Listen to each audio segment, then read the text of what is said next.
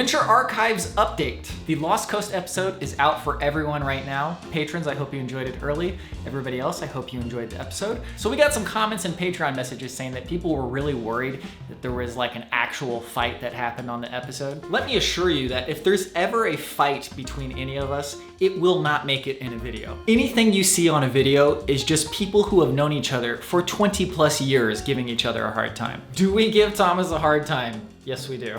Do we give Andrew a hard time when Thomas is not around? Yes, we do. Should we give them both less of a hard time? Yes, we should. These are all true things. Do not worry, the band is not breaking up. We all still love each other. If you want some insight into Thomas's perspective, we did a Campfire Chronicles with all four of us where we talked about the trip. I think that will be enlightening. Continuing the updates. We just filmed another trip. We actually had my other cousin on the episode, and we were supposed to have Nicole, but something came up last minute, so she wasn't able to make it. That trip went pretty awry in specific ways, but the actual episode itself will be very entertaining to watch, and the trip itself was quite fun despite some of the awry stuff. Very, very soon, we're gonna be filming another trip with all four of us. I've been planning it since March. It is another logistically complicated trip, but not as logistically complicated as the Lost Coast. My God, that trip was tough to plan and get everything coordinated and very, very expensive. Actually, I don't know what I'm saying because this trip is also going to be very, very expensive. But yeah, 2 big trips in a year, that's pretty good for us. The cousin who went with us, me and him drove together for like 5 hours. We were in the tent together, drove another 5 hours. I spent the night at his house. In the morning, he tested positive for the COVID-19. COVID-19 was 3 years ago now, man. I was just about to leave and he took the test and I was like, well, I'll see you guys later. Good luck to you and good luck to myself.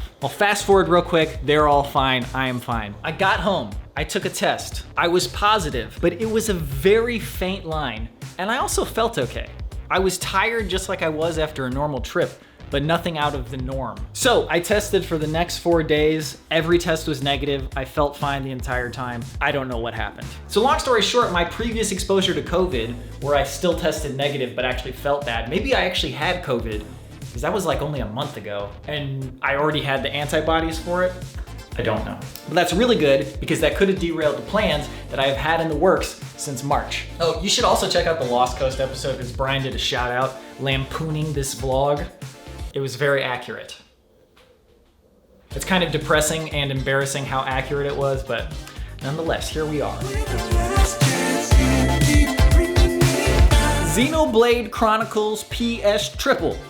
That is an incredible game. The story from the get-go had me captivated. I'm like, what is this weird world that they have created? About a week or two ago, I finished Xenoblade Chronicles 1. I put it on casual mode. I blasted through it in 30 hours. I wanted to see the story. The ending was so weird. If I had played that game in 2010 when it actually came out, it probably would have blown me away. Now in 2022, it was a good game. RPGs I primarily play for the music, world, and story, but sometimes the gameplay really just connects. Have I ever talked about this?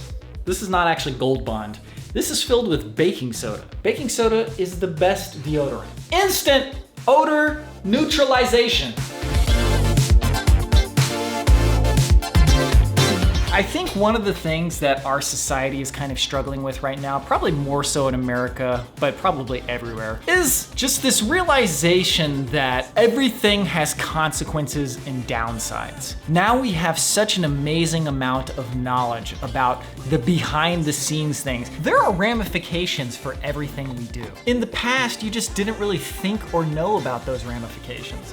If you got a cool new Walkman, you didn't think about who made that and what did it take to make it. But now, if you have a $1,300 iPhone that looks like a piece of jewelry, and they come out every single year, you can't separate what it took to make this thing and just having it and enjoying it. When you're a kid, you can get a Nintendo 64, and then that's all you think about. Now, if you get an iPhone, you do have to think about, what were the environmental impacts of this? What were the human impacts of this? And you can still make the choice to buy it and to have it. I have clearly done that, but we have to come to terms with the fact that everything has a dark side, and you can't just enjoy the things you enjoy in a vacuum. You can still enjoy them, but that cat's out of the bag. The knowledge of everything behind the scenes and the disparities in our culture, those are out there in the open. We have to acknowledge them and realize them and not just want to bury our heads in the sand. You can still do that. That's the funny thing, is you can still do the things you're gonna do, okay? But you have to also acknowledge that sometimes the things you do will not be the best things to do. You can do them anyway, I've done that. But the knowledge that they have a dark side, you'll never be able to get rid of that. With that being said, I am not going to be getting the new iPhone. If you're somebody who doesn't care about new phones and then scoffs when the new phones get released, and like mine from 2010 still works perfectly fine, that is good. That is great. In many ways, I wish I could live my life like that. I do live my life like that in other ways. This is not one of them. At this point, these phones have pretty much everything I want. I want camera improvements, I want them to be lighter, and I want them to have more battery life. Beyond that, it's gonna take a fundamental change on what phones even do for me to really feel like any upgrade is essential. I'll probably still upgrade because I like doing it and it's fun, but the essentialness of it has long run its course. Although recently I used an iPhone 7 from 2016 and I was like, wow, we've come a long way. So maybe I'll feel that way about this one at some point. Anyways, iOS 16 just came out. I'm excited to test it out. I love software updates except for if one of the devices my mom, dad, or grandma uses gets updated. I'm like, please, there needs to be an old people mode where they just don't update the software. Just bug fixes only. Security and bug fixes only. Did you notice that Facebook stopped updating the way that their homepage looks? Just a great move by Facebook. I wholeheartedly approve of this decision, especially because their user base gets older and older, and there's so many people who use it that it's basically just like a public utility at this point. You can't just keep changing the standards of a public utility every year. I think they finally realized that. Then again, I actually deactivated my Facebook profile pretty much for good in 2020. Before that, I had flirted on and off with it. When I got really bored, I would get on Facebook. And then finally I was like, nope, I'm done. So take what I just said with a grain of salt, because they might have been updating the homepage and I just don't know what I'm talking about. But every time I see somebody else using Facebook, it looks like it's still the same.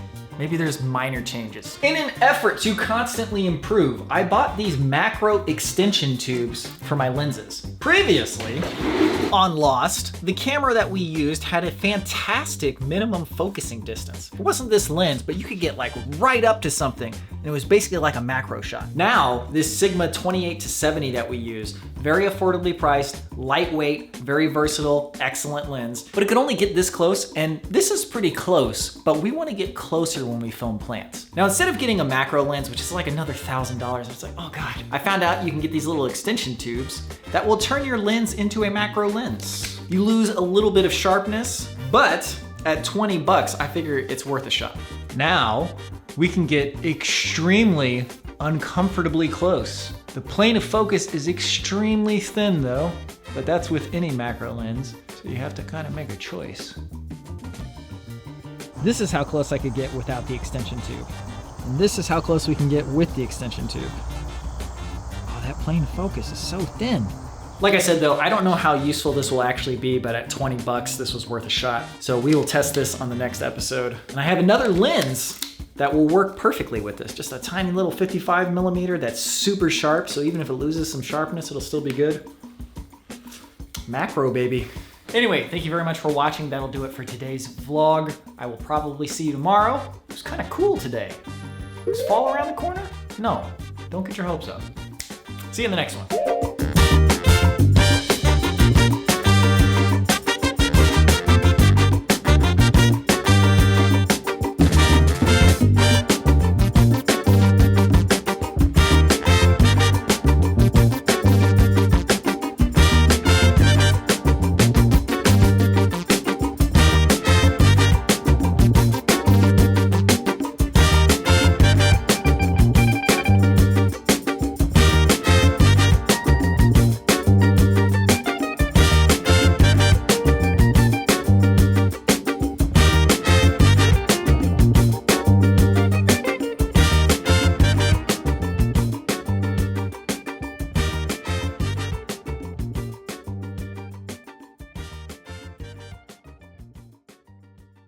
To use the electrical utility as in a, you know.